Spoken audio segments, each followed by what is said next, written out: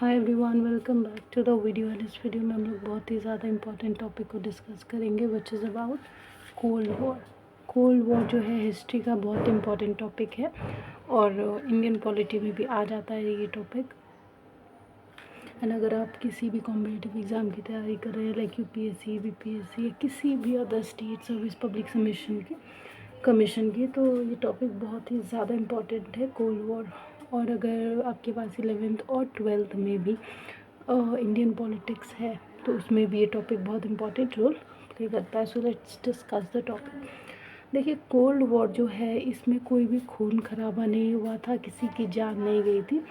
ये एक ऐसा वॉर है जो आइडियोलॉजीज़ के बीच में हुआ था। अब hi everyone, welcome back to the video. And इस वीडियो में हम लोग बहुत ही ज़्यादा इंपॉर्टेंट टॉपिक को डिस्कस करने वाले हैं which is about cold war.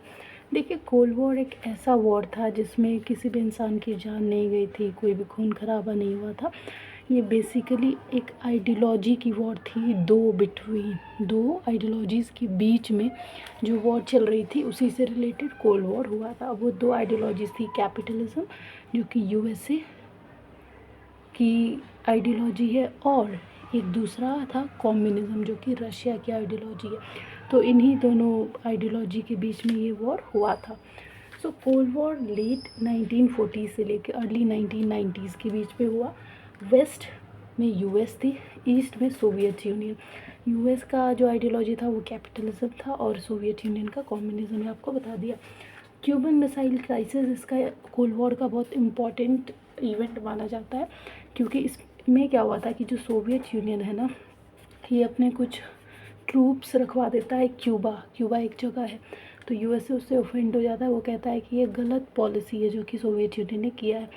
तो वो फिर उसको थ्रेटन करता है कि आप वहाँ से अपनी ट्रूप्स हटाइए, तो वो हटाता है। एंड हालांकि कहीं ना कहीं ये भी एक जड़ है, यही एक शुरुआत थी, यही एक इम्पॉर्टेंट इवेंट है जहाँ से कोल्ड वॉर स्टार्ट होता है, क्योंकि ये दोनों उस टाइम पे सुपर पावर थे।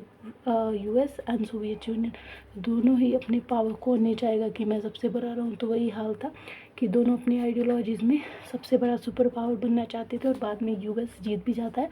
तो इसकी हेजिमनी मतलब पूरी दुनिया में यूएस जो है सबसे पावरफुल कंट्री के रूप में उभर के भी आता है कोल्ड वॉर के बाद, क्योंकि सोवियत यूनियन हार जाती है। अच्छा, इसके बाद इंटरनेशनल अलाइंसेस बनते हैं, डीकोलोनाइजेशन होता है। ये टॉपिक भी आपको पढ़ाया गया कि मतलब जो कंट्रीज़ हैं, जो कॉलोनीज़ थी ब्रिटेन के, यूरोप के, जो मतलब अंग्रेज थे, जैसे इंडिया भी अंग्रेज का 200 साल गुलाम रहा। ऐसा नहीं था कि बस इंडिया ही, और भी बहुत सारी कंट्रीज़ थे जो अंग्रेज़ों के गुलाम रहे, तो वो डीकोलोनाइज हुए, मतलब वहाँ से उनका पावर हटाया गया। और इसके अलावा सोवियत यूनियन का डिसइंटीग्रेशन हुआ, सोवियत यूनियन ख़त्म हो जाता है और यूएस अपनी हेजेमनी मतलब सबसे मोस्ट पावरफुल कंट्री के रूप में उभरता है। इसके अलावा कुछ इंपॉर्टेंट फैक्टर्स हैं कोल्ड वॉर के, जैसे after world war 2 US western block, Soviet का ईस्टर्न ब्लॉक होता है, दो ब्लॉक्स बनाए जाते हैं। तो क्योंकि यूएस वेस्ट में है तो वेस्टर्न ब्लॉक और सोवियत यूनियन ईस्ट में है तो ईस्टर्न ब्लॉक, ठीक है। इसके अलावा प्रॉक्सी वॉर्स भी लड़े जाते हैं। प्रॉक्सी वॉर्स की जैसे मान लीजिए कि एक कंट्री के साथ दूसरी कंट्री भी जुड़ रही है ना, और अगर यूएस ने ऐसी पॉलिसी रखी थी कि उसकी किसी भी अलाइंस में से अगर एक भी कंट्री पे हमला हो रहा है तो वो पूरे ही नाटो के ऊपर माना जाएगा और फिर सब हमला करेंगे। सो इसके अलावा प्रॉक्सी वॉर्स लड़े गए, आर्म वॉर्स लड़े गए थे। अलाइड पावर यूएस और सोवियत यूनियन जो है अगेंस्ट थे एक्सिस पावर के वर्ल्ड वॉर 2 के टाइम पे। तब यूएस और रशिया एक साथ थे, यूएस, रशिया और फ्रांस उस टाइम पे अगेंस्ट थे किसके, एक्सिस पावर जो कि जर्मनी और भी बहुत सारी कंट्रीज़ थी। और एक तरीके का बहुत बड़ा कंपटीशन था इन दोनों कंट्रीज़ के बीच में, यूएस एंड सोवियत यूनियन के बीच में। तो इसीलिए कोल्ड वॉर जो है सिर्फ एक आइडियोलॉजी का वॉर है। आइडियोलॉजी यानी कि सोच विचार का धारा का। जो कैपिटलिज्म है वो ज़्यादातर फॉलो किया जाता है यूएसए जैसी कंट्री में, जहाँ पे प्राइवेटाइजेशन को महत्व दिया जाता है। फिर जो सोवियत यूनियन है वो कम्युनिज्म मतलब कम्युनिटी एज अ होल, जहाँ पे गवर्नमेंट का कंट्रोल पे भरोसा रखता है, तो इसी के बेसिस पे था, ठीक है। और जिस कंट्री को लगा कि भाई हाँ हमारी कंट्री के लिए कैपिटलिज्म सही है, उसने यूएस का साथ दिया। जो वेस्टर्न कंट्रीज थे ज़्यादातर वही, और जो ईस्ट में थे वो सोवियत यूनियन का साथ दे रहे थे क्योंकि वो कम्युनिज्म को सपोर्ट कर रहे थे। सिंपल सी चीज़ है। इसके अलावा अगर कोल्ड वॉर के कॉन्सिक्वेंसेस की बात करें तो ग्लोबल प्रायोरिटीज़ चेंज हो गई थी, क्योंकि अब ग्रुप्स में बंटने लगे थे। वेस्टर्न पार्ट एक जगह बट गया वर्ल्ड का, ईस्टर्न पार्ट एक जगह बट गया।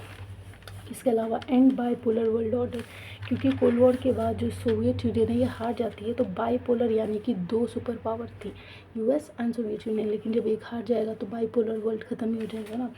नाटो एंड ईयू का एक्सपेंशन हो जाता है, ये दोनों ही अमेरिका के ऑर्गेनाइजेशन है, NATO North Atlantic Treaty Organisation और यूरोपियन यूनियन, ये दोनों ही किसके हैं, अमेरिका के। सो अब क्योंकि बाईपोलर वर्ल्ड, रशिया ख़त्म हो जाता है, यूएसएसआर बोलो, सोवियत यूनियन बोलो, रशिया बोलो, एक ही है आज के टाइम पे, उसको रशिया बोल देते हैं हम, ठीक है। तो नाटो और ईयू दोनों का एक्सपेंशन होने लगता है। ये इकोनॉमिक ग्लोबलाइजेशन भी देखने को मिलता है, क्योंकि कैपिटलिज्म जो है प्राइवेटाइजेशन पे ज़्यादा ध्यान देती है, तो बहुत सारे लोग आए जिन्होंने अपने आइडियाज़, अपने रिस्क पे बिजनेसेस खड़ा किए, सो मार्केट बढ़ा और इकोनॉमिक ग्लोबलाइजेशन भी बढ़ा।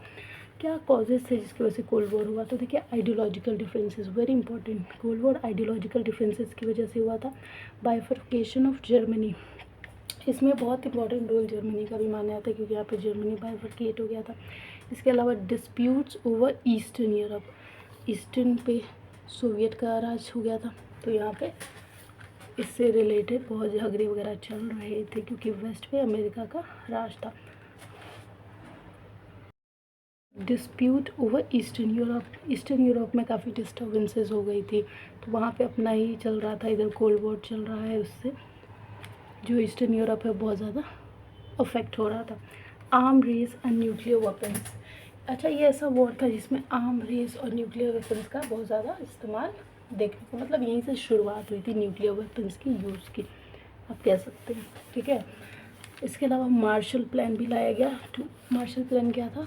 अमेरिका, ये जो नाटो, ईयू और वेस्टर्न ब्लॉक, बेसिकली नाटो, जो अमेरिका था ना, अमेरिका, वो मार्शल प्लान लाया था। इसमें क्या था कि वो जितने भी यूरोपियन कंट्रीज़ थे उसको फाइनेंशियल हेल्प दे रहा था। मार्शल प्लान यही कहता है। वार्सो पैक्ट, ये रशिया का है, यानी कि सोवियत यूनियन का, ये 1955 में बनाया गया और ईस्टर्न यूरोप में इसका रूल होता था।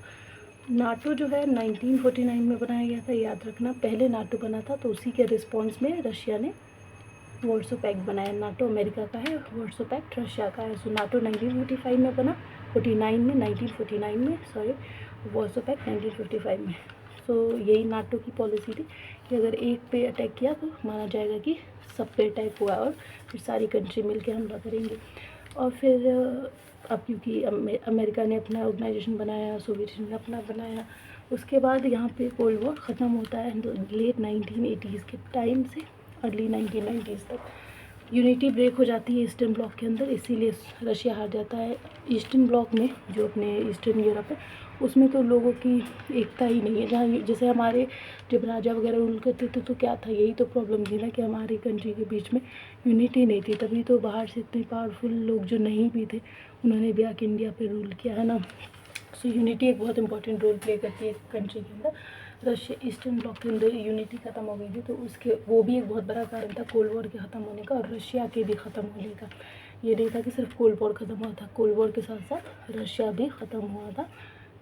कहाँ से? ये नहीं है, दुनिया से ही। कहने का मतलब ये है कि एज अ पावरफुल कंट्री में से ख़त्म हो गया था, सुपर पावर से। जो मिखेल गोर्बाचेव थे उनके रिफॉर्म्स चेंजेस किए गए, उतने ज़्यादा एक्सेप्टेबल नहीं थे, काफ़ी ज़्यादा चेंजेस किए गए। ये रशिया की सरकार में आते हैं।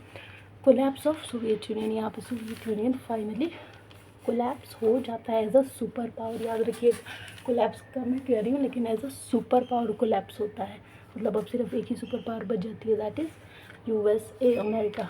अब देखते हैं कि इंडिया का क्या रोल है वॉर के साथ, कोल्ड वॉर के साथ।